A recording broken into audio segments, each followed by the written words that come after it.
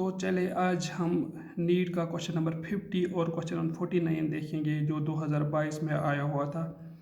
Question number 50 को हम देखेंगे पहले। A nucleus of mass number 189 splits into two nuclei having mass number 125 and 64. The ratio of a radius of two daughter nuclei respectively is। Nuclear physics का question था। एक nucleus है, इसको किसके साथ बम्बार्ड किया गया है, वो दो न्यूक्लियस में डिवाइड हो गया है। इसका मास नंबर 189, 125, 164, ये एक स्प्लिट होके दो बन गए हैं। अब हमने देखना है कि ratio of radius of two daughter nuclei क्या है। Ratio of two daughter nuclei क्या है, पहले हमें पता होना चाहिए जो रेशो है वो किसके बराबर आता है। सिंपली न्यूक्लियर फिजिक्स में आपने पढ़ा होगा R ratio of daughter nuclei ratio होता है बराबर R the net nucleus is equal to R not A raise power 1/3। A क्या है, ए है molecular mass of the two daughter nuclei. Therefore, considering R125 is equal to R not, हमें पता है मास कितना है डॉटर न्यूक्लियई का 125 रेज पावर 1/3। ये सिंपल जो ऊपर वाली फार्मूला है। दूसरा है R64, R not 64 raise power 1/3। इनको हमने अब रेशो में क्वेश्चन में दिया है the ratio of two daughter nuclei, that means R125 divide by R64 is equal to R not cancel हो गया है, वो हुआ 125 raise power 1/3 divide by 64 raise power 1/3। अगर हम इसको अब इसका क्यूब रूट निकालेंगे, क्यूब रूट ऑफ 125, इसका मतलब है 125 रेज पावर 1/3 इसका क्यूब रूट है, यानी 5 raise power 3 raise power 1/3, 4 raise power 3 raise power 1/3। ये कैंसिल हो गया, ये इसके साथ कैंसिल हो गया, तो आंसर हमें निकला है 5/4। दैट मीन्स 5/4 इसका आंसर है कि ratio of the two daughter nuclei after splitting a full-fledged nucleus of mass 189। इसका आंसर है 5/4, 5/4। इसके साथ ही एक और क्वेश्चन ऊपर दिया हुआ है, question 49। Two transparent medium A and B are separated by a plane boundary. The speed of light in those media are 1.5 into 10 per 8, 2.0 into 10 per 8 meter per second respectively. The critical angle for a ray of light for these two media, critical angle निकालना है। Critical angle आपने पढ़ा होगा total internal reflection में।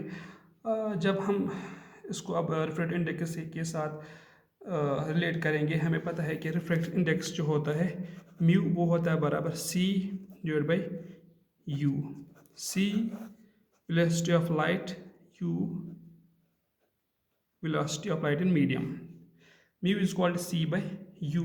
और हम यहाँ पे और एक चीज़ कर सकते हैं, C तो कांस्टेंट है ही, मीडियम में रेयर मीडियम में कुछ स्पीड होगी और डेंसर मीडियम कुछ अलग स्पीड होगी। अगर हम U को रिलेट करेंगे म्यू के साथ, वो होता है बराबर 1/, यानी इनवर्स रिलेशन है इसमें।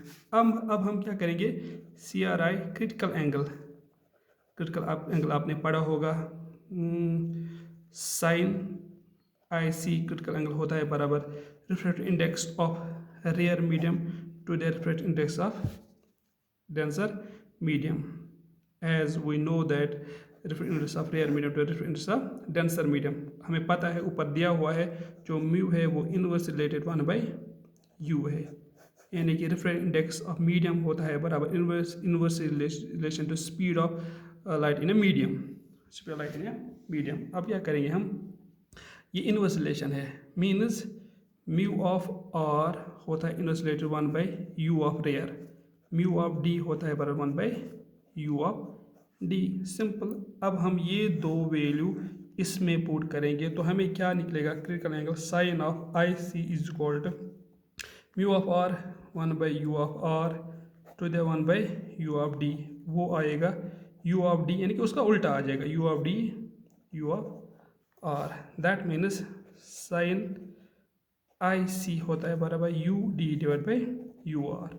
UD और UR हमें दिया हुआ है क्या, speed of light in those medium, यानी कि इसमें है 1.5, इसमें 2.0, तो स्पीड ऑफ डेंसर मीडियम कितना है स्पीड ऑफ डेंसर मीडियम है 1.5 to the speed of denser medium है 2।